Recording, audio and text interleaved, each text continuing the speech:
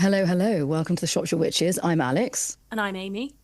And we are thrilled because this evening we have a guest on the podcast who is, I think it's fair to say, a friend of the podcast, or has certainly been a long-term supporter. Well, in the short time that we've been going, Matt's been very helpful to us.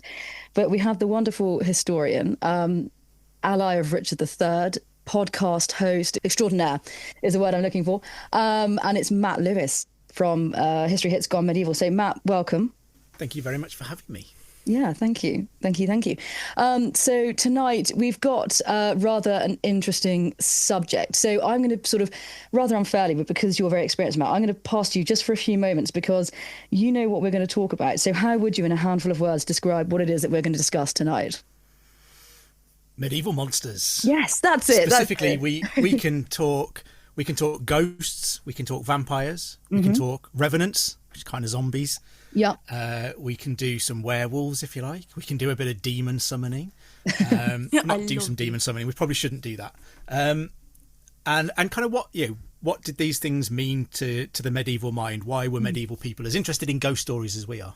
Okay. Oh, I love this, and Amy's looking thrilled as well. So we'll kind of just go straight into it. So I'm going to ask, and this isn't, I imagine, as exciting a question as Amy's going to ask, because Amy, this is very much your sort of area as well. But I'm always fascinated, this concept of ghosts, of monsters, how they sort of change through time. And one thing I do find really interesting is that problematic thing of the Reformation and what happens to ghosts once you become a Protestant country, which I know was a slow thing. But in terms of, and I'm sorry if you can hear the dogs bark, we're just going to have to ride through this.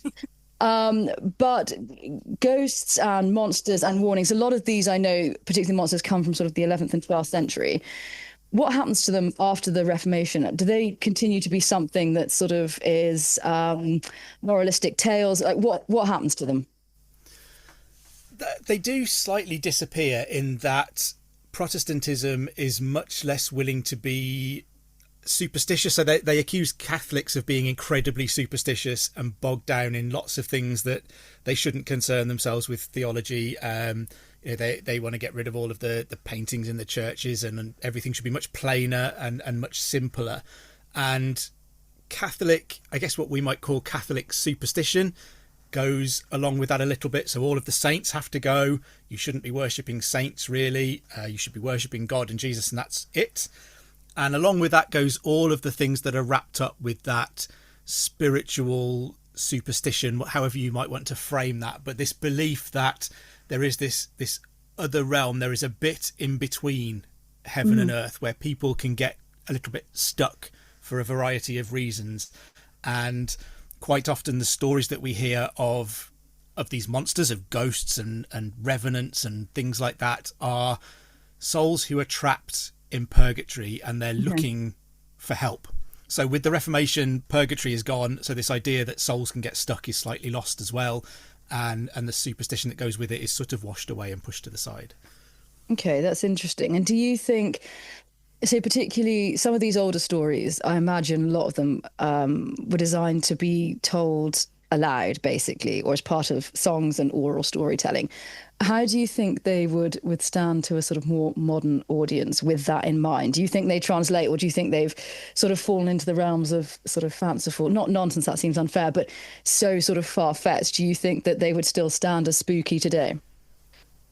I mean, some of them, if you look at some of the things in the Byland Abbey manuscript, they're scary. They're scary ghost stories. There is one in particular in there that is gruesome. It's really hard to listen to. It's about a man who is away with some friends on business and things, and he has a vision one night of a whole load of spirits walking through the forest, and crawling at the back of this group of spirits is a baby that is sort of dragging itself along. It's wrapped in a sock, and he asks the baby who it is and why it's there, and the baby says, "I'm your son." And this man had left his wife at home pregnant. And so he gets home and finds out that his wife has lost the baby and also lost one of his socks. And, when he found this baby, he had wrapped it in his shirt, and this baby had sprung to its feet and skipped off and run along with the rest of the spirits at that point. And the idea was that this child had said that it had died unbaptized and without a name. So he gives it a name, gives it some clothes, and it skips off to join the rest of the spirits rather than dragging itself along. So there's lots of moral layers to it. To all of these ghost stories, all of these stories have in the medieval world have lots of moral layers about the dangers of dying unbaptized or unconfessed and all of that kind of thing. But it's a hard story to listen to, that one is. And the way that these things are written down. So if you think of something like Beowulf, possibly the most famous medieval manuscript story, we have one version of Beowulf that survived in a manuscript. And that's like, it's the Jurassic Park mosquito caught in the amber. That's the one that we have. But this is a story, like these ghost stories, that would have been told around fires on dark nights. And everyone would have added their own little twist. Everyone would have had their own little story. You change the names to make it sound a bit more local and a bit spookier, and maybe like it's someone you might know. So the stories that we have written down, the Byland Abbey manuscripts that story of the baby comes from, is a collection that was written around about 1400, so the beginning of the 15th century. It was discovered and popularised by M.R. James in the 1920s, the godfather of the ghost story. Yeah. He found this manuscript, translated it and compiled it. And these are local stories from near Byland in the north, and there is always this strong suggestion that these people almost experienced this. Lots of these stories are always, someone told me, a man I know saw this, someone I know experienced this. It's always just secondhand. It's not quite someone's experience, but it's not too far away from them. And you get that sense from all these Byland manuscripts. And some of them are quite brief stories. They read like a set of facts, but what that is the skeleton of the story. What the storyteller gets to do is hang the clothes on it, put the flesh on it, the rotting flesh if they want to, and tell all of those stories in their own way. So what the Byland Abbey manuscript gives you, I think, is the bare bones of a set of ghost stories that you can go away and embellish and tell in your own particular way. You can add your own flourishes to them. Yeah, to whatever appeals, I suppose, because depending on the era, it's going to be era specific, isn't it? So like the Victorians being fixated with ghosts and things like this. So you'll find in that kind of era, there'll be certain things that they find creepy. I love that idea that you kind of mentioned there, that they had their own slant or people they know through somebody else or an area, because we still do that. When everyone's telling ghost stories at primary school, and it's always like, oh, my cousin or someone when they went on holiday, or it's like spooky, weird things. So it's always fascinating, isn't it, how people don't ultimately change. And this sort of fixation, I suppose, with ghost stories and the fascination with it as well. So I'm just going to ask one more question for, obviously, Amy, you're going to have lots of questions as well, so I'm not going to hog this, but That's fine. was there a sort of era within, and I know, look, the medieval period is huge, I know this. So is there a specific sort of era where you see stylistically that these stories change, or the type of monsters, or maybe a certain era that is so synonymous with this type of horror, the way that the Victorians are with spiritualism and things like that? Is there a century or an era that you would say, right, this defines them in terms of what they find spooky and how their stories are defined? I think lots of what we have comes from, say, the 13th and 14th century. So the Byland Abbey manuscript is dated to around 1400, so at the end of that period. You've got things like Caesarius of Heisterbach is writing his Dialogue and Miracles around 1223. This is a set of stories about how you deal with demons, how you summon them, why you need to be careful with them, what to do if it all goes horribly wrong. And there are stories, either side of this as well. There's one medieval ghost story that is credited to Gregory the Great, who was Pope between 590 and 604. So we're getting right back to the 6th and early 7th century here. And Gregory the Great apparently used to tell a story about a priest. A priest he knew. It's always a priest, isn't it? It's the same as the bloke down the pub now. Case in point. Priest that he knows that used to use a local baths to wash and clean himself, and whenever he arrived, the attendant would help him take his clothes and shoes off and help him in the baths. And after several visits, this priest thinks, well, to say thank you to this man, he's doing an awful lot for me to help me. So he takes 2 loaves of bread from the church and gives them to this man. And the man says to him when he gives him the bread, "Why do you give me these, Father?" And he says, "Well, it's holy bread and I can't eat it. My sins have meant that ever since I died, I have to remain here." So the priest is like, whoa, hang on. Oh. He's been being helped every time he's visited the baths by the spirit of a dead man. The story says that the priest spent the next week praying for absolution for this man, and whenever he returned to the baths, he never saw this spirit again. So again, this locks into that idea that ghosts and medieval ghosts are most often, not hostile. Yeah. It's scary to encounter them. And you will quite often find in the stories that people are ill for several days after they've encountered a ghost. But these ghosts are rarely malevolent. What they're looking for is help. So this bath keeper in the late 6th century is trapped in the baths by his sins. And as soon as the priest prays for his absolution, he's able to make it out of purgatory and enter heaven. So there are lots of layers to these medieval ghost stories, but they come from very early in the medieval period, and they head all the way to the end of the 13th century. That's so interesting. That feels very M.R. James as well. And I suppose it's a good advert for the church as well, isn't it? These sort of stories are like, pay for people to sort of pray for your soul and things like this, and you won't end up like that bloke in the bathhouse. But Amy, sorry, I must stop kind of hogging with questions. I'm going to be kind of chomping at the bit here with some questions. So that leads really nicely into something I'd like to discuss a little bit. So I'm very interested in medieval religion, and I'd be interested to know your opinions on, when it comes to the supernatural, how do we discern from what we would now call supernatural events like ghosts, spirits, and then how would, in the medieval mind, the miraculous come into it? So what's the difference between something that is a miraculous event? There's all sorts of wonderful things in the hagiographies and stuff of female saints growing beards and things like that. And then what's the difference between something like that and a supernatural experience in the way we would see it today? I think one of the difficult things for us to get to in the medieval mind is that there probably wasn't a very clear line between those two things, that religion required a belief in the supernatural. The part of the story with Revenants, it's not hard for a medieval person to believe in zombies and the undead because you're taught all of your life that Jesus comes back to life after 3 days in the grave. Oh. Yes, yeah. There is a weird kind of merging and blurring, and there's a reason that a lot of these stories are based in churches and tell the stories of priests, and they're all involved in it because there's some warning there that you should only handle these things if you know what you're doing. You need to be going through the church. Again, it's kind of focusing the power of the church in people's minds, that the church doesn't just have power over what we would consider to be religious things to do with God. It has power over these spirits and all of the things that go on between earth and heaven as well.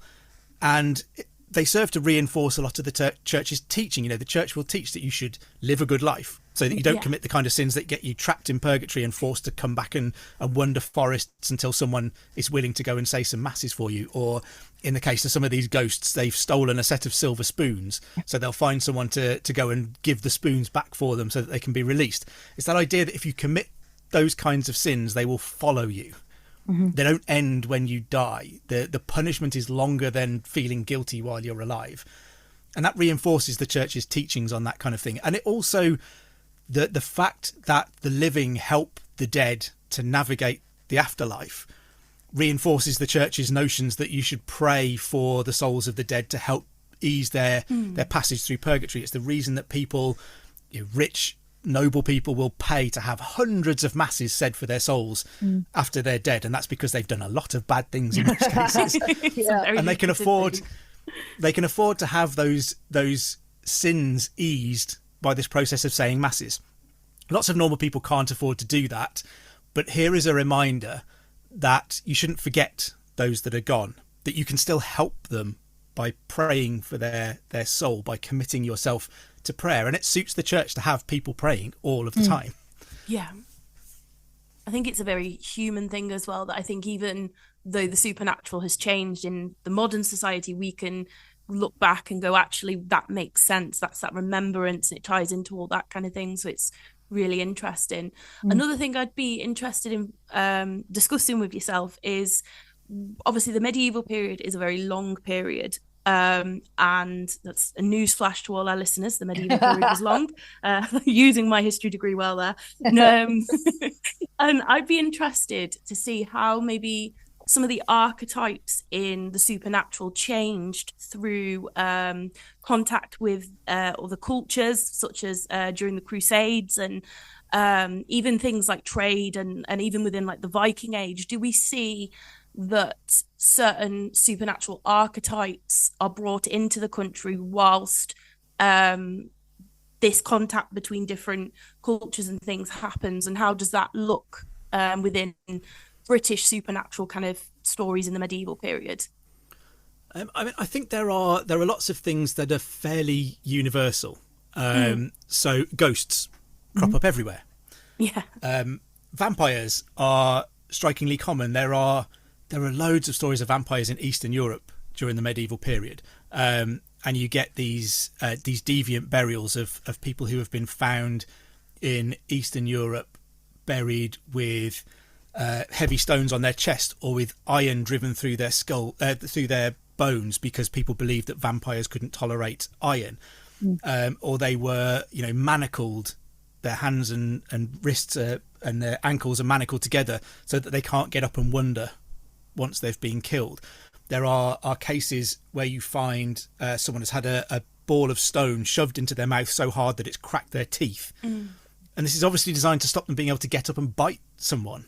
Yeah. So there's lots of queries about whether these burials meant that people genuinely believed in vampires, whether there was a bit of hysteria flowing around, whether there was just genuine concern that some people might be able to come back from the dead and come after you. And maybe if you upset them, you wouldn't want them to come back and come after you. But you also see those same stories happening in other parts of Europe. So, for example, there's one story amongst a collection of ghost stories that talks about a husband who caught his wife cheating on him, hiding in the rafters of his house. Catches his wife cheating on him, but he's so shocked and surprised that he falls out of the rafters, presumably on his wife and her lover. And he dies the next day of his injuries without having made confession. So every night then his corpse rises from the grave, wanders around the village, moaning and groaning, followed by a pack of dogs that howl at him. God. And people begin to die in the village. And they believe that it's a pestilence being caused by this wandering corpse. They don't seem too bothered till they think, actually, that's a bit unhygienic. We ought to probably deal with the fact that there's a rotting body roaming around town. So two brothers whose father dies from this illness decide to dig the corpse up and burn it, because contemporary wisdom is that the best way to deal with these things is to exhume the corpse, burn it or dismember it, and stop it being able to come back. So they break the coffin open. The corpse is in there and they find it's distended. It's huge. It's grotesque. This guy has become hugely fat and he's really swollen. So they get an axe and start to try to dismember this corpse, and fresh blood just flows everywhere out of this corpse. And in this way, they realise that this isn't a pestilence that's been inflicted on the village. This guy was a vampire who was attacking people at night and draining all of their blood. So now they build this funeral pyre. They cut out the heart from the corpse and they burn the body, and no more villagers die after this. And that's much further west in Europe. So you get these kind of ubiquitous monsters everywhere. But then you do find ones.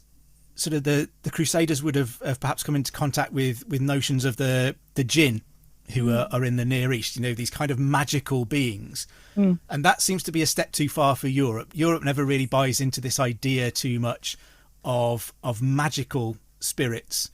They keep it firmly within the compass, and this is probably the Catholic Church in Europe with its grip. They keep it firmly within the realms of religion. There is a religious explanation for everything, and what they don't want is just magic that you can't explain by religion. So they must have come into contact with other things that don't make its way back into Europe, and yet there are these kind of more ubiquitous ideas that seem to be present all across Europe throughout the period.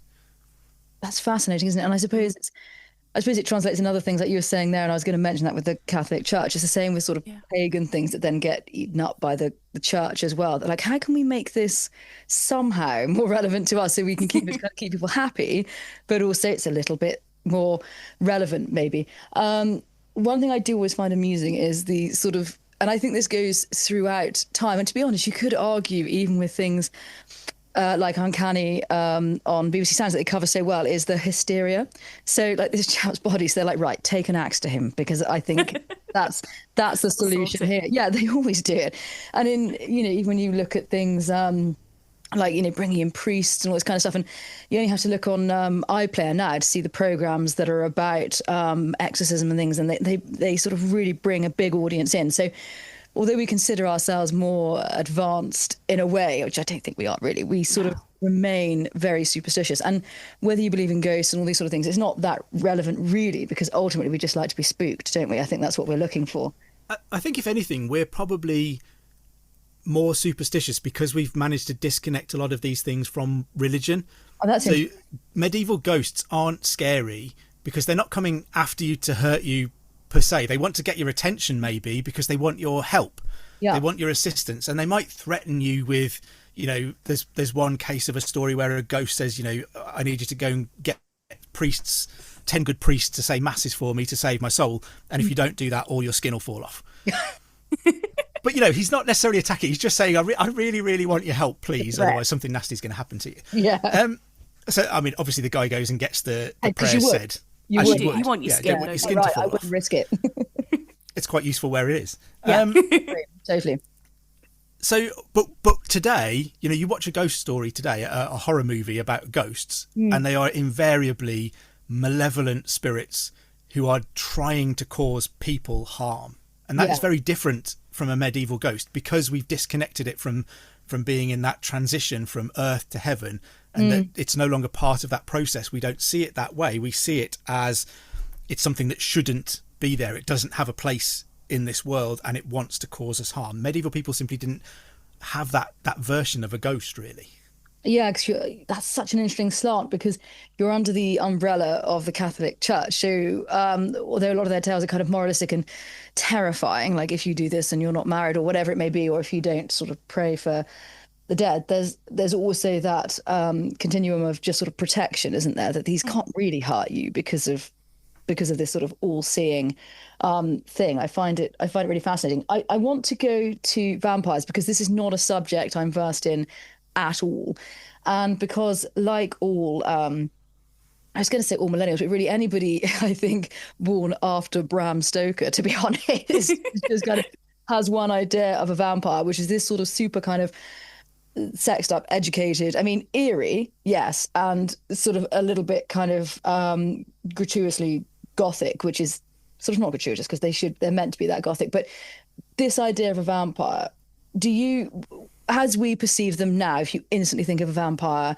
with the kind of the black hair, the very pale skin and all this sort of stuff, and usually very articulate, that's got to surely be a relatively modern invention. In terms of medieval vampires, educators, because until I sort of talked to you not long ago about this, I had no idea, in fact, that medieval people even thought about vampires. I thought this was much more of a kind of maybe 18th, 19th onwards century thing. So I'm fascinated by this. Yeah, I think if you want to think medieval vampires, you are definitely not thinking Robert Pattinson. They are not sparkling. Yeah. They are not good-looking chaps who want to go to school and live a normal life. And I think that idea of the classic, more gothic, charming vampire that always has this allure to them, there's a sexual element to the vampire stories, really comes from the time of Bram Stoker. Yeah. And if you look at what Bram Stoker is writing about and the time that Bram Stoker is writing, it's a time when there is a lot of concern about immigration. I mean, nothing really changes, does it? There is lots of concern about too many people coming into the country. We don't know where they're coming from. We don't understand these people. Bram Stoker's Dracula represents that. He turns up at Whitby on a boat and he's killed everybody on the boat, and we don't know anything about him, why he's here, what he wants to do. He's strangely seductive. People fall under his spell and they fall into his power and into his trap. And so there needs to be something charming. There needs to be a reason that these people are able to work their way into society and appear normal. So there's something quite xenophobic about Bram Stoker's Dracula. Medieval people, I mean, medieval vampire stories, they're not everywhere. There's not tons and tons and tons of them. It tends to be a lot more archaeological evidence that you see of people who appear to possibly have been frightened of vampires. That's fascinating. But the stories that you do get, like that one that I talked about of this corpse that they find bloated with blood, they tend to sound much more like zombie stories to us. The big difference between a zombie story and a vampire story in the medieval world is that the vampires will go back to their graves at the end of the night, and they will sleep and they will get up the next night and they will kill again. Zombies just wander aimlessly and want to dismember people. Vampires are kind of, I don't know, they're the next level of intelligence up from a zombie, maybe. They have a little bit of a purpose. So we need to be thinking less of the glamorous, seductive vampire and much more of the stinky zombie who just wants to bite you and go back to bed. But as I say, there are skeletons that have been found in Poland with that rock jammed in its mouth and a wooden stake driven through its thigh. And again, this isn't the idea that a wooden stake through the heart will kill a vampire. It's pinning them into the grave. Yeah. That particular corpse was also laid out so that the grave was facing east rather than facing west. So in Christian teaching, you have your grave facing to the west. So the idea is on the Day of Judgment, all of the bodies will sit up and they'll all face Jerusalem and face judgment. But this body is the other way around. So there's something about this person. They are not going to get to sit up on the Day of Judgment and face God. There are several other examples of skulls with these rocks jammed into their mouth, which suggests that they were concerned that people were going to get up and bite. So this idea that these are people who would come out of the grave, drink your blood, and then go back to bed and sleep it off. There are bodies that have had their legs cut off. Again, the idea being that they can't get up and wander if you've removed their legs. Large, stones, big rocks placed on top of the grave. Coffins reinforced with iron bars because, again, vampires aren't supposed to be able to tolerate iron, so this will keep them within the grave. There is a skeleton from Bulgaria that dates to the 13th century, and this is a middle-aged man. I say middle-aged because he's my age. So I'm going to go for middle-aged rather than old. I'm not far behind, don't worry. And he had like a 2-pound piece of iron that had been hammered through his chest hard enough to break his rib bones. And there are other examples of there's one in Bulgaria which is known as the twin vampires of Sozopol. And these are from the 14th century, so just after that guy from Bulgaria. And one of those has a piece of iron that looks like it's a piece of a plough, again, driven through his rib cage. So this is almost like in a frantic way, grabbing any bit of iron tool that you can find and breaking it off and hammering it into this body to keep it in the grave. And you have to wonder whether it was something specific about these people that made them think they were coming back, that they were terrible people in life. Maybe they were godless people in life that causes a genuine concern that they might come back from the grave. Or is this a community that is in a bit of hysteria because they're believing that bodies can come back? Perhaps there's been stories of people coming back from the grave, and as a precaution, they're taking all of these measures to pin bodies into the grave just in case. It's really hard to get at what is the fear behind causing people to do that. But it seems to me that if you're snapping off a bit of a plough and hammering it through someone's chest, you're pretty desperate and pretty scared of something. Yeah, that's interesting, because I was going to ask you to what extent it's conjecture in terms of whether, because what seems obviously all of this is posthumous, but in terms of what's afflicted on the corpse. But it's interesting to me, exactly that point you just make, is whether these are people that are so wrong to such a degree that they felt they've had to do this, or whether they've kind of plucked at the last person buried in some sort of, I don't want to say vain hope because I don't know what their fears were, that so was this sort of fear, superstition, whatever it may be, that was affecting them, that they were like, right, the last person buried, let's do this. Because you could argue for both, couldn't you? Because there's something makeshift and frenzied about a bit of a plough, isn't there? Rather than, whereas you would think if it was somebody that had sort of wrong to such a degree, you would think there'd be something more planned, wouldn't you? Than saying that they put Hamblin in an arrow chest. So what, it's just an interesting. I could see an argument for both, that you could say there is something. And this goes back in time as well. So still in Eastern Europe, in Czechia, there is an 11th century graveyard that has thrown up 14 of what are suspected vampire burials in the same kind of graveyard. There's a mixture of men and women. They seem to be fairly young people, and there is a variety of things done to those bodies. So some have had their heads cut off, some have had their feet tied together, some have had big rocks placed on the bodies as if to hold them down. So, you know, was this some kind of epidemic of panic in Czechia at the time? But you can go back even further and you can bring it to Britain. So Nottinghamshire, in Southwell in Nottinghamshire, there is an Anglo-Saxon graveyard that dates from somewhere between the mid 6th century to the end of the 7th century. And there are 30 or so Christian burials in this graveyard, aligned east-west as I described. There's another section where a jumble of about a dozen skeletons were found, which were disarticulated, so just the random bones all sort of piled in. So perhaps a criminal pit or something like that, where people weren't in the proper burial rites. But then there is one skeleton outside the bounds of the graveyard that was buried around about the same time as all of the others, but it had iron nails hammered through its shoulder, hammered through its heart, and hammered through its ankles. And nobody quite knows why. What does that mean? You know, I'm not telling you that's a vampire burial, because I don't know what people were thinking 1500 years ago. But it has all of the hallmarks of what will later become known as vampire burials. That idea that you need to keep someone in the grave, you need to stop them coming back and stop them being able to wander.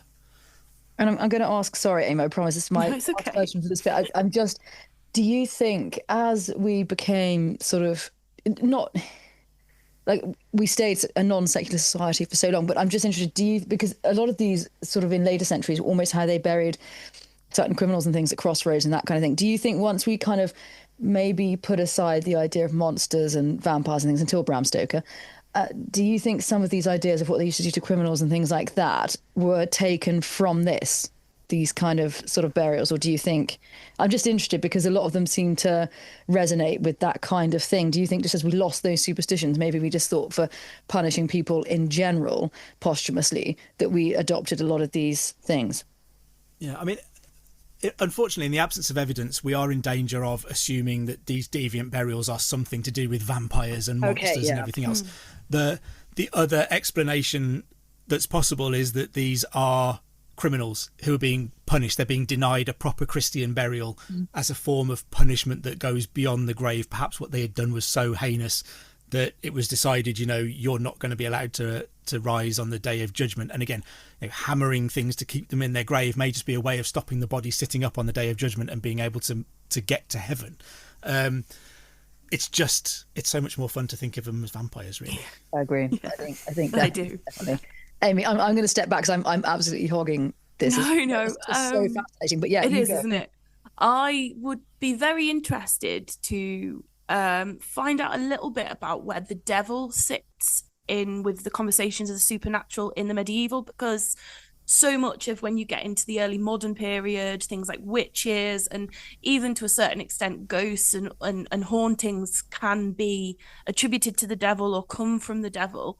Is that something we see in the medieval period? And what is really the medieval relationship to the devil in kind of that more folkloric idea? So what's the devil all about in the medieval period? He's pretty bad. It may not come as a huge surprise. Wow. He's not someone you want to be hanging around with. But it's not generally believed that the devil is in any way sending ghosts or anything like that. This is considered to be part of the transition between earth and heaven. You know, God is still in control of that bit of it. These people are in what medieval church teaching believed was purgatory. You know, Catholics still believe in purgatory. Protestants don't so much, but they were in this zone, and it's interesting how, you know, quite often the ghost stories are about a single person helping a ghost and resolving the issue that they have. You get to stuff like revenants and vampires, and it's much more of a community effort. So there's all of these layers of the stories going on about, you know, how you deal with all of these things, but they're not necessarily considered to be evil. Medieval people, I mean, you know, the devil is definitely bad. Yeah. You don't particularly want to mess with the devil, but they do have a strange relationship with the ideas of demons. that have come out of hell, in that they are not afraid to talk about and to try summoning demons who they understand to be evil, but who they believe that they can harness to do some good. It's that classic story of, I can control this evil force so that I can just extract good from it. Some of those stories are around, there are believed to be certain summoning spells that will summon a demon who will grant you unlimited knowledge of everything in the world in an instant. Like the Matrix. They'll plug it in for you and you will immediately know everything. And so people clearly want to do that. But all of the teaching around this is that you shouldn't mess with this stuff if you don't understand it, that you need years and years and years of an education in all of this stuff to tinker with it. And the danger is if you don't know what you're doing and you start messing with all of this stuff. So I mentioned earlier Caesarius of Heisterbach. So he wrote this dialogue on miracles in 1223, and quite a lot of that is concerned with stories of demonic summoning. So he tells one story of a couple of necromancers, as you do, hanging out. That's it. You're in the right Friday night. Don't worry. One of them eventually sort of falls ill, realizes that he's going to die, and so his friend says to him, will you come back and tell me what it's like? I'll summon you back from beyond the grave and you can tell me what it's all like. And the friend that's dying is like, yeah, sure. If I can do that, I'll come back. And on the 20th day, I'll come and visit you. And the story says that on the 20th day, the surviving friend is sitting in church in front of a statue of the Blessed Virgin, reading psalms for the souls of his friend. He's being a good boy. He's trying to ease his friend's soul through purgatory. And all of a sudden, his friend appears next to him, and it says his face is wretched. He's groaning with heartbreaking groans of torment and all of this kind of thing. And weirdly, the story says that his friend says, "So, how is it?" It's like, is this not enough of a hint for you? Don't know. Take a look. Yeah. And so the dead friend is like, "This is awful. I'm eternally condemned. I'm not even in purgatory. I'm eternally condemned because of the necromancy that we learnt together." And he says, "For it's the true death of the soul," as its title shows. And so he says to his friend, please give up all of this. Take up a religious life and commit your life to God in the hope that you can avoid the fate that I've suffered. And so the living man eventually he enters the Cistercian order as a monk and spends the rest of his life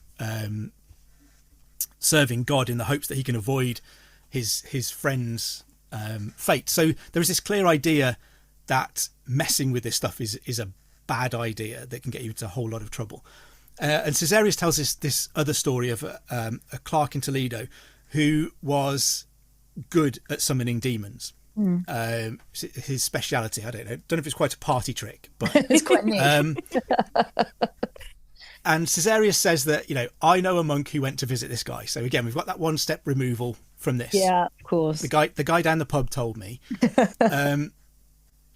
And he says that this guy, had a reputation for being able to summon demons, and lots of students came to him and they were like, can you show us, can you teach us how to do this? Can you give us a demonstration? And it says it's so that we may gain some result of our study. So they're looking for knowledge again from these demons to help them with their study. And this guy is really reluctant to do it. He's like, it's a really bad idea. You don't want to do this. And they just beg him and beg him and beg him and mither him until he agrees to do it. So he tells them to meet him in this place in the countryside in the middle of the night. Weirdly, they all turn up. I mean, if someone told me to meet them in the countryside in the middle of the night, I'd probably say I'll leave it. I wouldn't go. I would. They turn probably, up. But Amy would go. I wouldn't.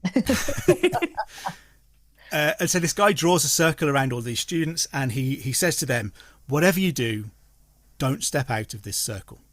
Don't give anything to anyone who asks you for it. Don't take anything from anyone that offers it to you. Do not step out of this circle on pain of your life. And then he moves away from them a little bit and summons some demons with his incantations.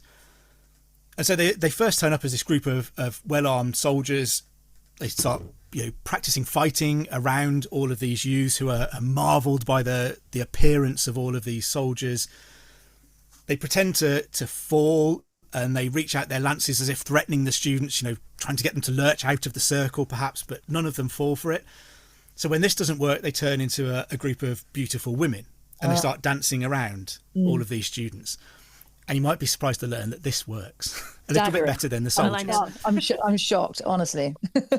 And the story says that the most beautiful one of the women reaches out to one of the scholars and holds out a gold ring to him. And this guy is clearly just getting very carried away with what's going on now. And so he stretches his finger out to allow her to put this gold ring on, but his finger goes beyond the circle. I mean, yeah, look. I agree with you, Alex. Stupid. Yeah. Classic idiot. His finger goes outside the circle. This demon immediately howls with laughter, grabs him by his finger, drags him out of the circle, and pulls him away to hell, and he disappears. And all of his friends are suddenly like, well, this isn't fun anymore, is it? And their response is not to think, well, he was an idiot. Their response is to tell this guy who summoned all of these demons that if he doesn't get his friend back, they're going to kill him, because they don't want to have to explain to this guy's parents that he's been dragged to hell by a bunch of demons. Yeah.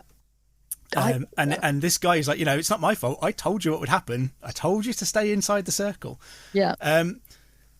But he's frightened enough that these guys are going to kill him to summon the demons back and say, can you let this guy go? We've got a good working relationship going on here. Can you do me a bit of a favour? Yeah. I'm in a bit of trouble if this guy stays in hell. Can you just let him go? Cut me a bit of slack. And the demon who is described as the chief of the demons, just the boss demon, says, well, what I'll do, I'll organise a trial for you. You pop down to hell tomorrow and we'll have a trial. You can give evidence at this trial. Someone will serve for the defence, someone will serve for the prosecution. So they're frighteningly reasonable at this point, these demons. Yeah. Weirdly undergoing a judicial process for the release of this soul. And so this guy goes along to this demon court, and he pleads his case that this guy who shouldn't have been taken, he was being a little bit silly, but he only put the tiniest bit of his finger outside the ring and this demon snatched him away. And the judge demon, I mean, have judge demons? I don't know. The judge demon says that the demon acted too precipitously in taking this soul and he shouldn't have done it, and he orders them to go and fetch this student, bring him back and release him, and they do. Again, it's frighteningly reasonable, isn't it? Yeah. I was a bit too quick to take that soul, so we'll give that one back. And apparently this guy goes back to all of his friends, tells them all what he'd seen while he was in hell, tells them that he's swearing off all of this stuff and he's going to live a good God-fearing life for the rest of his days, and he becomes a monk in a monastery like everybody in all of these stories. So there is this moral element to it. Yeah. But it's weird how medieval people clearly had this idea that demons could be dealt with, could be reasoned with, could be trusted to hold a meaningful judicial inquiry into whether they had the right to take someone's soul. So again, they're not particularly evil for evil's sake. Yeah. They're willing to take the stupid who do things that they've been told not to do. Yeah. But they're also willing to let them off because they're just stupid young blokes, and stupid young blokes have always been stupid young blokes. I love that. That's great. I mean, there's an interesting story as well about there's a guy called Gilles de Rais who Gilles de Rais, we love Gilles de Rais on this podcast. Well, I know he's controversial, but it's a difficult man to love, but we love a reference. Yeah. Part of the case, so Gilles de Rais, possibly the earliest recorded mass murdering serial killer of children. Yeah, it makes us look good. Accused of all sorts of wicked and terrible things. But amongst the charges that are laid before him are that in 1438 he employs an Italian priest to summon a demon for him called Baron. And Baron is one of those demons that can give you knowledge and power and riches. And so Gilles, we're told Gilles has been selling lots of family lands. He's running out of money. And so he believes this demon is going to be the answer to all of his problems. And this Italian priest undergoes kind of 3 summonings to try and call this demon Baron, and they don't work. And the priest says, Baron's just really angry. And what he needs is parts of a child as a sacrifice, and then he'll come. And I presume that this Italian priest is thinking, well, there's no way I've got away with it here. I've charged him for 3 summonings, told him why they've not worked, laughing all the way to the bank here. But Gilles de Rais turns up with a jar of bits of children. Yeah, he's like, hold my pint, yeah. And says, go on then, do it. And surprisingly, the summoning fails again. And at this point, Gilles, rids himself of this Italian guy, but he's left disillusioned, hugely out of pocket. And he'd been scammed. Yeah. But there was this genuine belief that there were people who could not only summon demons, but who could control them and get them to deliver benefits. They weren't wholly evil beings, only capable of harm. You could extract something from them, but the danger was in messing with these things if you didn't know what you were doing. Which kind of transfers, doesn't it? I also love the fact this demon was called Baron, and as is Donald Trump's son. There's more a bit of irony there. But I also love, of course, in true classic style, that the man can repent. The rest of it. And of course, what is bad in that story that can't repent is the women, because they're the one who caused the problems. You're like, oh, isn't that the truth? Yeah, it's fascinating to me. I love this idea that the one thing that can kind of deceive man, and they will kind of get the blame for that, and these men. And it's sort of giving a little bit of Persephone, isn't it, with her sort of pomegranate seeds and things like this. And, the second you say, don't step out of the circle, you think, well, I think I know what's going to happen here is someone, albeit just a finger, is going to sort of appear out of the circle. But of course, people kind of disguise themselves as beautiful women. So, they're fair. They had a good reason. And even that is playing into the medieval church during this period. So Caesarius is writing in the early 13th century.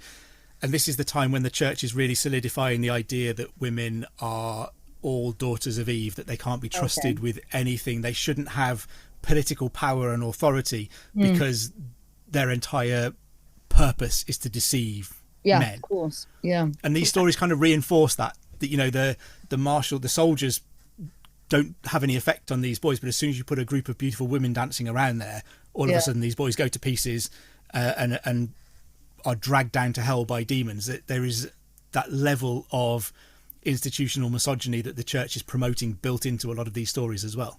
Yeah, that actually was still going on in World War II as well. So let's just, let's not kind of think that it's a trope that sort of belongs in the ages. It's something that's gone on throughout as well. So one thing we've got to ask about, because this is never really a subject that I thought would be kind of my sort of area at all, apart from Oliver Reed playing a werewolf, of course, and anyone listening to Todd that knows or follows me on any social media will know just how intense that obsession is. But werewolves, we've got to talk about werewolves, Matt. So go on, indulge us, because these are all things. I mean, look, I'm a big fan of Gone Medieval. In fact, I've got to say, and I'm not saying this because you're on here, it is my favourite podcast, and it was before we got you on as well. But there was an episode talking about werewolves a little while ago. And so when we sort of said, we could bring that up as a subject, I was really pleased, because I did not know that existed in medieval times. And I'd love you to talk about it, because there was a story as well about a wife, I think, who found out her husband was a werewolf. I think you can talk a bit about that if you would. It's a great story. There's some great names in it. And I think, would you indulge us and talk to us about that? Yeah, absolutely. So I'll get to that story. It is a really fascinating one, because it tells us one of the most interesting things about werewolves in that story. Yeah.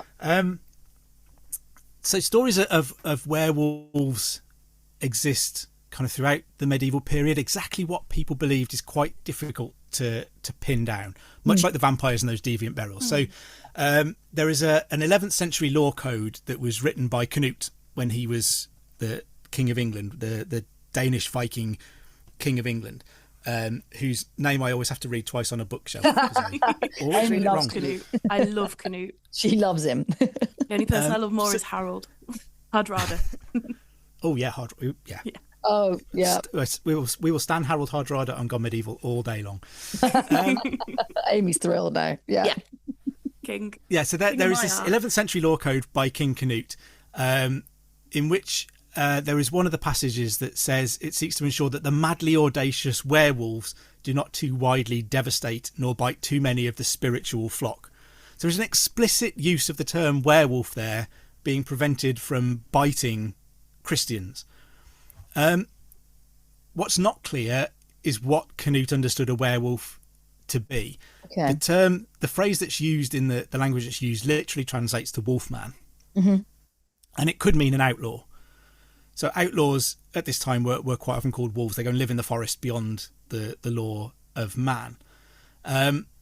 So it's difficult to say this is definitely evidence that Canute believed in lycanthropy, in werewolves as we would understand them today.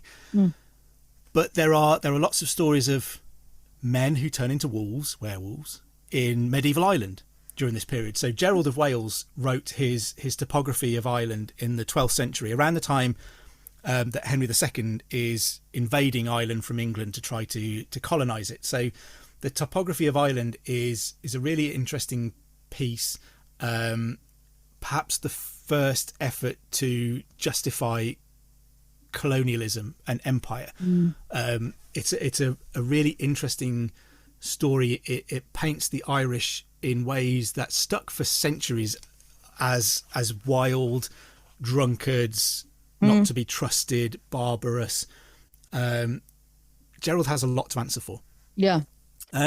But amongst his stories, he talks about a monk in Ossory who encountered the friendliest werewolf you could ever hope to meet in your life, and had lots of conversations with this werewolf. And the werewolf eventually pleaded with the monk to go and read last rites to his dying wife. And the monk agrees to go along to the werewolf's home. And the wolf explains on the way that they've been cursed to spend 7 years in animal form. So he and his wife have to be wolves for 7 years. And then at the end of that 7 years, they could return to their human state and the curse will pass on to somebody else. So it's almost like this movable, temporary experience of having to live as a wolf. There's an 11th century Irish poem that says these monsters exist. Partly it was believed because they'd been cursed by St. Patrick during his conversion of Ireland to Christianity.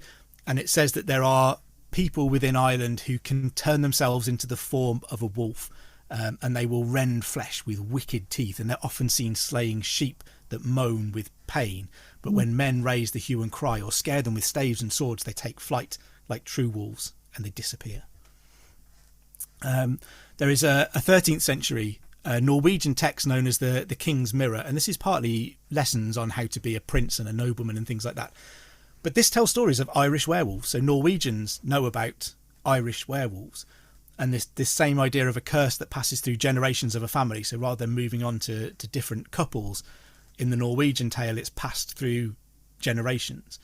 Gervase of Tilbury writes around a similar period to this in the 13th century, that werewolf stories shouldn't be dismissed because in England we've often seen men change into wolves. Have you, Gervase? Really? Have you? Got a question for you, Gervase. Was that after a good night down the pub?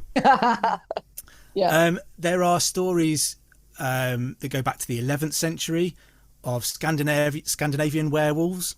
When the Vikings are settling in the Kievan Rus area, so the area that is now Kiev, Ukraine, and sort of Western Russia. There is a Belarusian leader who is believed to have been a werewolf, and he roamed around at night killing people, and in the day he ruled like a normal nobleman.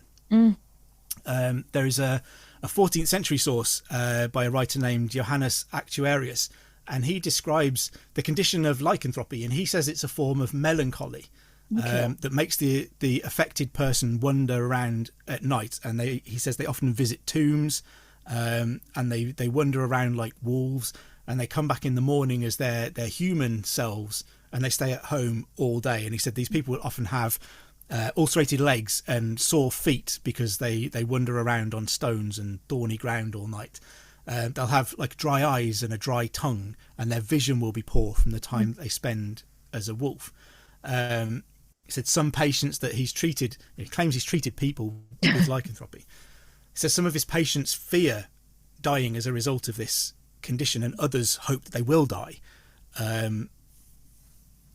So there are lots of different potential explanations for this. So there are, again, more Norwegian sagas and stories that talk about a group of people called the Ulfhednar. My Norwegian is not great. Mine, yeah. So we quite often hear of Viking kind of berserkers, and berserkers are associated with bears. So they wear bear pelts and they behave like wild bears.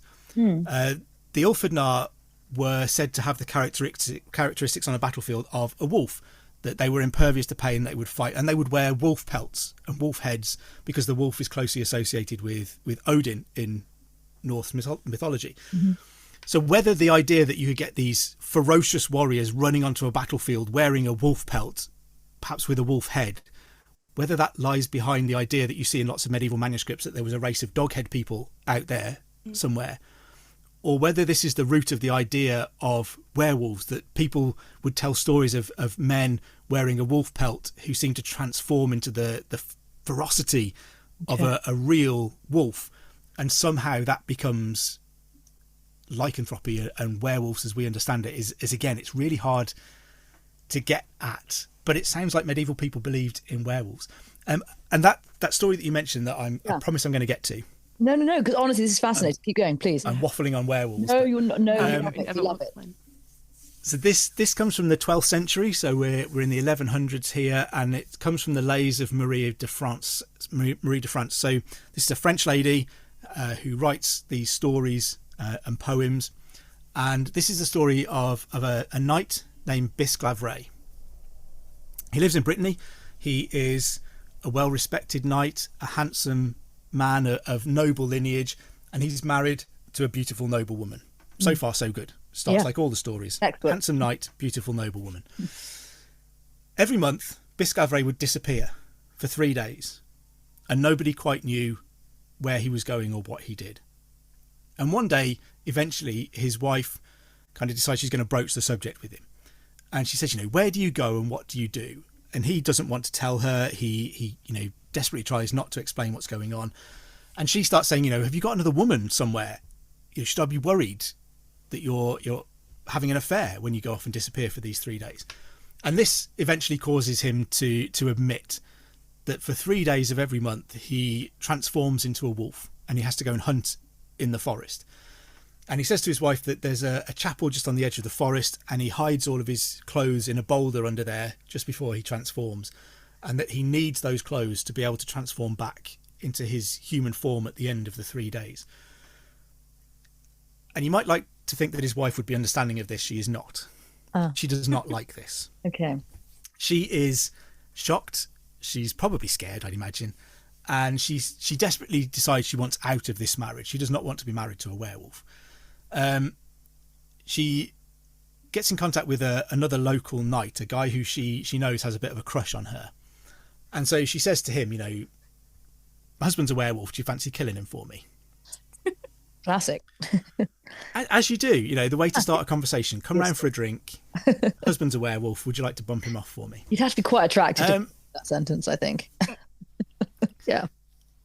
And so what they decide to do eventually is to follow him on the day that he's disappearing, and they find this boulder outside the church where he hides his clothes, and this knight steals Bisclavret's clothes, so that when he returns to the chapel at the end of the 3 days, his clothes aren't there. He can't return to his human form. He's trapped as a wolf. And the story continues that a year later, the king of France, this is in Brittany, so it'd be the king of France, is hunting in the forest, and his hounds chase down this wolf. They corner this wolf, and the hunting party turn up as the dogs are baying around this wolf. And the wolf manages to break away from the hounds and runs over to the king and starts making a huge fuss of the king.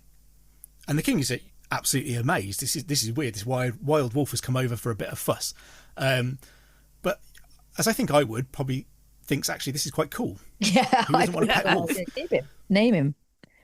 And so he says, he calls off the dogs, and the wolf follows him home, and it becomes the king's beloved pet. And everybody is amazed that the king has this wolf wandering around his home. It sleeps with members of the household, is completely placid.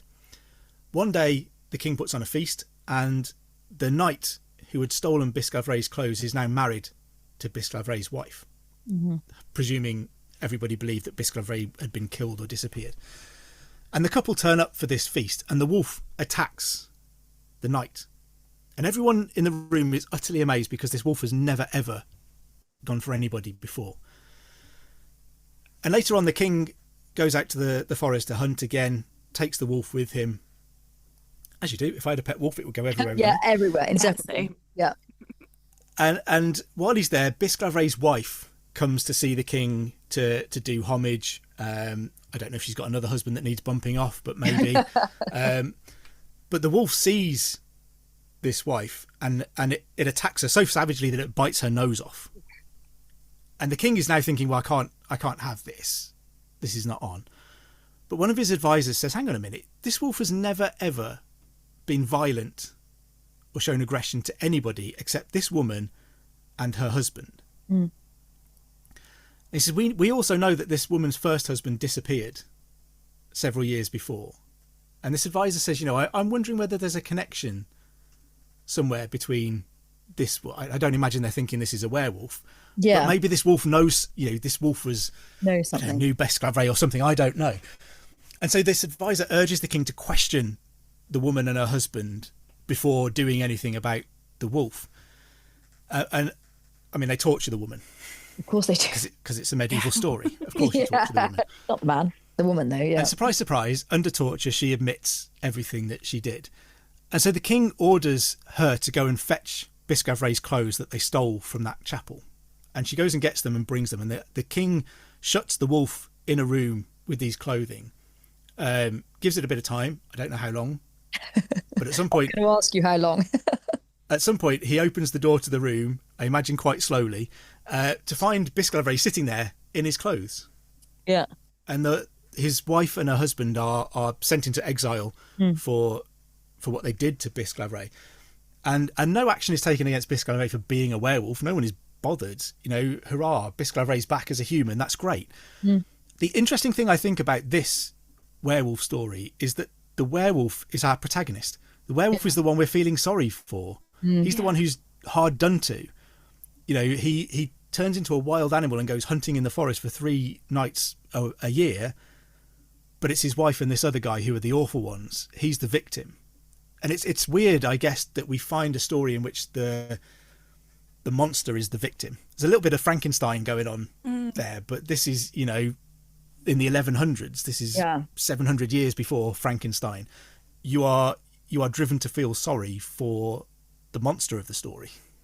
It's a little bit like Bedgellet, though, isn't it, as well? So you kind of have that sort of idea of the dog, as a kind of follow-up from that. You sort of feel sorry for them. I also have kind of quite childish notions when you said, like, presumably after a while of knocking and being like, are you decent? I mean, like, what are you going to find in that room? Well, what's the protocol? How long do you leave a werewolf in the room with its clothes before you go back in and see if he's human again? I don't know. There is one. You can't kind of walk in and be like, I'm covering my eyes for anyone that can only hear, not see us. But yeah, it's extraordinary, isn't it?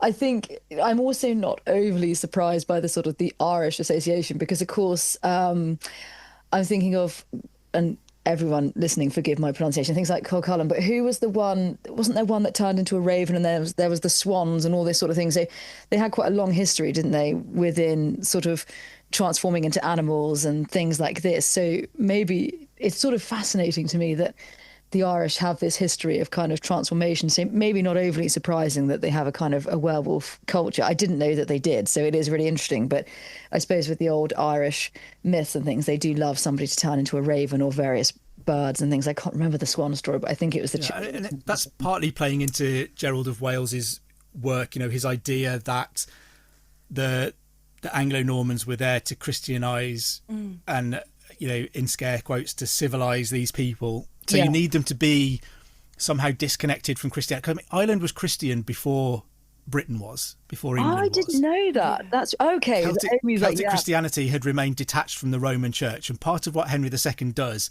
is this is kind of after the murder of Thomas Becket, and part of what Henry II is doing is saying to the Pope, "I'll go over there and spread Roman Catholicism to Ireland if you let me off." Okay. He also says, I didn't do it, but if you let me off, I'll go make them Roman Catholic. So there is this effort to portray the Irish as somehow disconnected from Christianity, even though their brand of Christianity is older than the English brand of Christianity. lots of Celtic Christianity is imported to the north of England, in particular during the medieval period, it just loses out to Roman Christianity eventually, particularly after the Synod of Whitby. But there's this idea that you have to paint the Irish as needing to be civilized. They have to be slightly wild and monstrous. And so they get wrapped up in all of these stories that they can, commune with animals and transform to animals, and they spend time living as wolves or ravens or whatever else it is. That there is something magical and dangerously non-Christian about the Christians of Ireland. Yeah, that's because I didn't. Sorry, any Irish people. Not what I think at all. It's not our views. If anything, they've kind of maintained this idea of being quite sort of elusive and ever kind of appealing in that way. And I suppose I didn't realise that about Christianity, because of course we think of like Chin and Og and all these things and these Irish myths that they're, do you know what, absolutely, and it sounds very patronising, but they're so well versed in their folklore and their heritage in that way that actually I'm going to say the British, I mean, we're not in the same way, because obviously you are, Matt, because you're a medieval historian. It's very much your area. But, I'm going to say that everyday people that, which, certainly I am, talking about this kind of thing, we don't know all that much about it. And it's extraordinary. Whereas in Ireland, they're very well versed, I think, from songs, all sorts. There's all these kind of ancient literary references and things that they just all totally get, because their folklore is alive and well. Which I find really sort of enviable in a way. And I think Scotland and Wales likewise, and maybe English folklore has kind of taken not a backseat, but is not preserved perhaps the way that it is in France and other places. But Amy, as we kind of sort of draw to a close, you must have some questions, because I've absolutely hogged Matt, and I apologise, because I saw your face as well, Canute and Gerald of Wales. I thought you must be one of the only people apart from maybe Matt that smiled when someone said, was it Gerald of Wales? And your face, you just smiled and you looked thrilled. I thought, this is your era. But go on, I'm going to step back, because you've obviously got some questions. I think Canute and Gerald of Wales would be a whole different podcast. We could just talk about that. Now I know that you're a Hardrada fan. I think that should be a whole spin-off. Is just reasons why Hardrada is amazing. No, but I think we've had a really good exploration of the medieval mind when it comes to the supernatural. But I would be interested just to find out if there's any other kind of branches of the supernatural, or kind of folkloric creatures or folkloric characters in kind of inverted commas that are quite prevalent in the medieval world, or kind of even things like the fairies and goblins and things like that. How do they fit in to kind of the grand scheme of things when it comes to the medieval era? I think those ideas of kind of fairies and goblins and things like that are much less prevalent during the medieval period. I think I don't come across them anywhere near as much as you do, particularly ghost stories. And I wonder whether that is because ghost stories, what the early Catholic Church, what the early Christian Church is really good at is absorbing and transforming customs, folklore, stories. Christmas is only on December the 25th because it's a pagan festival anyway. The Christianity really grows out of the Roman Empire, and what the Roman Empire was really good at was moulding itself around the people that it wanted to rule. It was willing to accept their ways of life and just rebrand it slightly as Roman. And I think the early Christian Church is also very, very good at that. So all of the things that they can wrap up with God, and ghosts fit perfectly. It's a spirit that has left the body and hasn't quite made it to heaven. Perfect, we can work with that.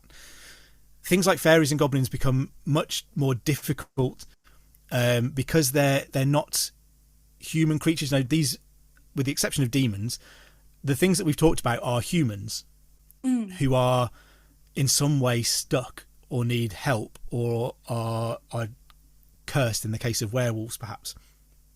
But they're all humans and they have a human soul. I think they try to shy away from things like fairies and goblins that aren't human, that don't have a place in the Christian kind of story of humans and the soul and the transition from earth to heaven, the dangers of hell. They sort of don't fit. So I think they get squeezed out a little bit from the stories, and you see much more of the ghosts, the revenants, the werewolves. That's really, does that make sense? Yeah. It's really interesting as well, because folklorically, at least within kind of Shropshire's context, there's a real grey area between what's conceived and thought of as like a goblin or even the fae and the devil and demons. They all seem to merge into this kind of entity that is the devil, who can, and even the way we describe the devil in Shropshire folklore is things like the devil haunts an area. You only really see that in folklore. You would never say that in a Christian context that the devil haunts something. So it's very interesting to see the much later stories, which kind of, because a lot of Shropshire's folklore comes from kind of arguably late 1600s through to the 1800s, how that can have its origins or influence in the medieval period.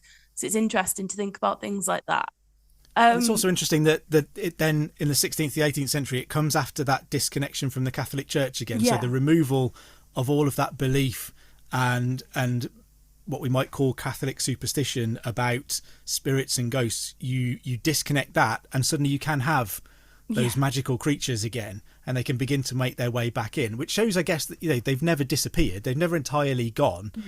And you guys will know this better than me, but they must survive at a local level in stories that are told everywhere. They're just not, maybe in a Catholic Christian country, it's not the done thing to broadcast them too widely. Yes, tell them round the fire, but let's not write this one down too much. But then it's interesting as well, because they also appear in misericords and poppy heads and things like that. So there's some poppy heads near us, which sort of depict the story of Mitchell's Fold and that kind of thing. So it's interesting. Whilst, I mean, they're 19th century, so they love that kind of thing. But some of the misericords in places like Montgomery, they kind of show some quite graphic imagery that may be washed in medieval times, because they kind of, they were slightly more tongue-in-cheek about it. But definitely after the Reformation, I think we're a bit like, no, don't look at that. But medieval we're times, British. like, there's kind of like, guys doing various things, and they're like, and I love that just the clergy see it as well.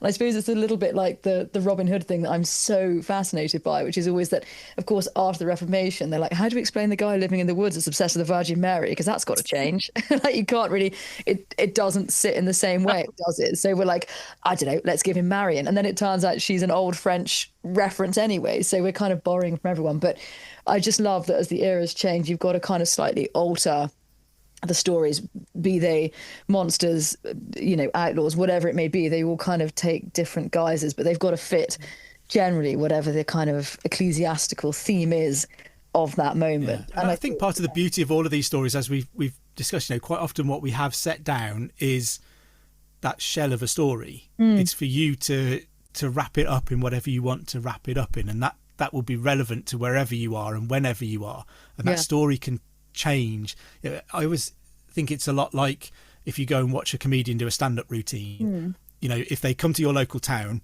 they will make all of their jokes about the next town along that you hate, and then when they go to that town, they'll make the jokes about your town. And I think medieval stories are a lot like that. You would turn up in Wolverhampton and talk about how awful the people of West Bromwich are. That's just what you'd do. And then you go to West Brom and say the people in Wolverhampton are absolutely awful. And I think these stories do the same thing. So you get that shell of a story, but you can hang on that whatever you want, a local place that people will know that might make it a little bit spookier because it's close to home, the name of a local person who might be quite well known that you can tip in there and suggest that it might be this person that's up to no good. Just a local wood that all of this spooky stuff happens in, that can change all of the time. And as you say, it can evolve, and the stories are all organic things that are designed to play on whatever will spook us the most right now. I think that's wonderful. And of course, they always do it. They say American comedians change things for British people, because we don't know half the people they're talking about. Or of course the Great Divide, which is Shrewsbury and Telford, or they do the South Shropshire, North Shropshire. Amy's a Telford girl, and I'm South. I was going to say, Alex, we're going to fall out here. They always do that. Everyone from South Shropshire's posh, and then Telford's like, so they always do the same joke, and we're well versed in it as well. But look, Matt, it's been an absolute joy. I mean, the time has flown, certainly for us, so hopefully for you as well.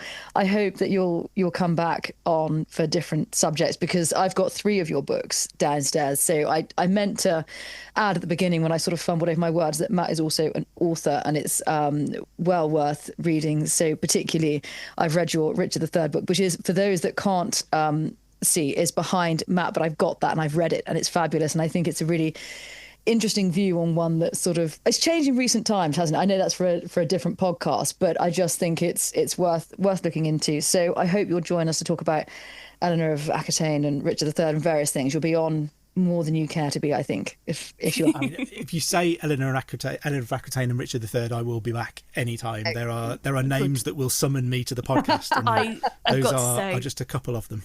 I've got a list of questions that I'll have to ask you at some point, because my partner's a medievalist. I'm an early medievalist. I like the early medieval, but he's kind of Henry II's his guy. So he was like, oh, if you have a chance, ask this. And I was like, we won't. But that's for another one. So Callum, we'll get Matt back on, because that is going to be Callum's era, isn't it? We're going to be like, we're sitting there going, how can you not have asked this? And it wasn't relevant tonight, but we promise. Yeah. Matt, thank you so much. We've absolutely loved it. And who knew all this about the medieval era? It's amazing. Thank you. And please, for all our listeners, listen to Gone Medieval, if you as if you don't already, but it's a fantastic podcast. It's just every episode is completely different. It's twice a week, isn't it? It's a Tuesday and Thursday?